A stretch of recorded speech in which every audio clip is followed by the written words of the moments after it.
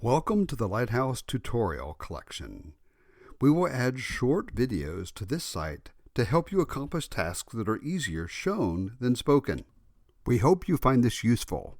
And remember, we are the IT department for businesses. In episode 3, we're going to learn about some of the common settings that you find in the web portal, 3 in particular.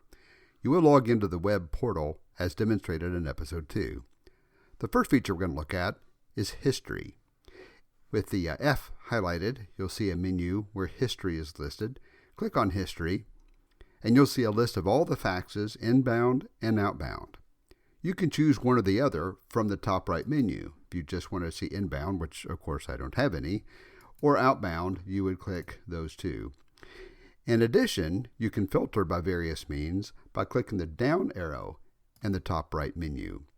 Here you can enter criteria such as a date range, a particular tag if you were to use tags, the status, things like whether it was a failed or successful, if it was scheduled, etc., to find a list of faxes.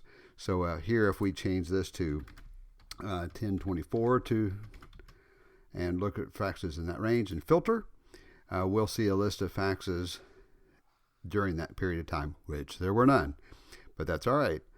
This is how you would filter by various criteria.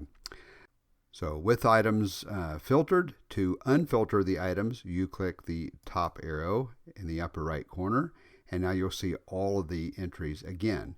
You can get details about any one of the faxes by clicking the ellipsis menu, which is right here. That's the ellipsis menu.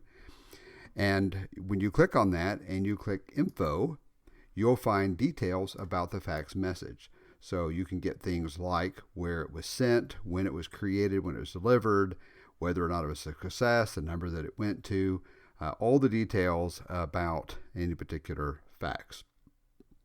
The next feature we're going to take a look at is cover pages. So click on cover pages and you'll see a list here of the standard cover pages that are in the system.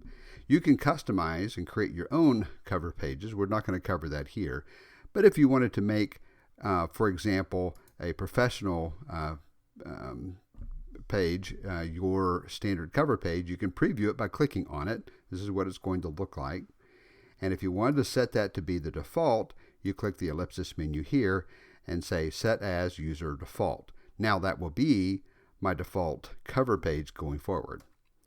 The last feature we want to talk about are notifications. So that's another common thing that was done, is to fix notifications. So you click on your initials down at the bottom of the left-hand menu, click on your settings, and in here you can find information about all sorts of things, such as changing your password and in the security section. But we're going to look at fax in particular.